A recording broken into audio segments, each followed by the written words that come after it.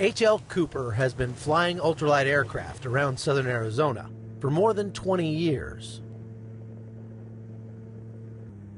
This incredible view shows the vastness of the desert along the Arizona-Mexico border. But along with the beautiful vistas of mountains and saguaro cactus, Cooper sees another sight on a regular basis from his vantage point in the sky. Illegal aliens transporting drugs across the desert, bound for America's fifth largest city, Phoenix. Nowadays, there's a whole lot more drug running than there used to be. One of the highest traffic areas, this valley here, and the next valley over there, that's the Ultra Valley over there. And it's a heavily traveled route there. Illegal immigration has always been an issue. What's changed is the level of violence. It's been getting worse and worse, but as far as safer, no.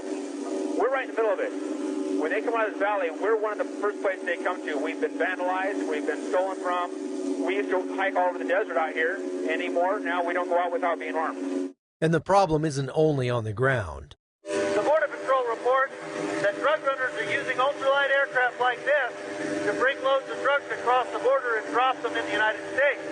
But they're not the only thing in the sky. Recently, the Border Patrol started using remotely piloted surveillance aircraft to patrol the desolate stretches of desert where smuggling is prevalent.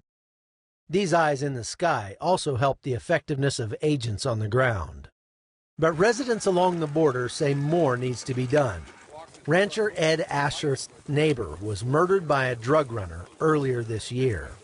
When I first moved to this country, most of the activity you saw was people going north looking for a job. The last several years it's changed into mainly outlaw activity. They pack dope north, drop it off, and on the way south, they like to break into homes here on the American side and pack off things. They really like to steal firearms. And 80% of the homes have been burglarized in the last 2 winters by illegal aliens. And we're seeing it. We have more illegals that come through our county than any other county. Further north, Pinal County Sheriff Paul Babu says his hands are full protecting residents here from the drug violence, and he hasn't gotten much help from the federal government. In fact, the Obama administration recently supported the ACLU in bringing a lawsuit against Babu and several other Arizona sheriffs, suing to stop them from enforcing Arizona's immigration law. This is a hotbed for criminal activity. We need soldiers, armed soldiers to the border now to stop this from continuing.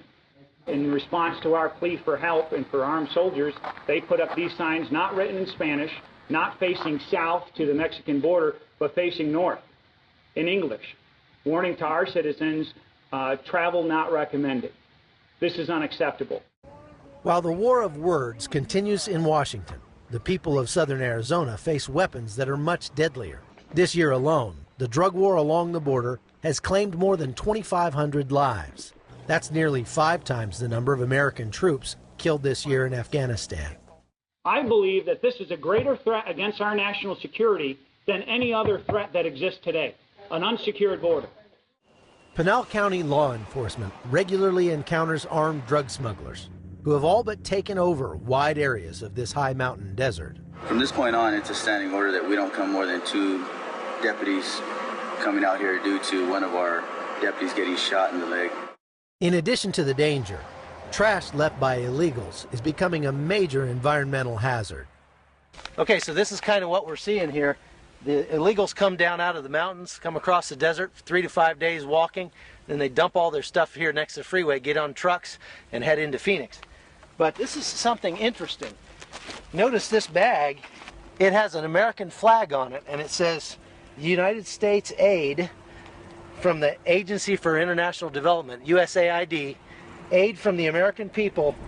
This is a bag that we sent down to Central America filled with bulgur wheat, and now it's coming back filled with drugs. But piles of garbage are the least of these deputies' worries as they continue to face attacks, both from drug runners and the federal government. Chuck Holton, CBN News, on the border in southern Arizona.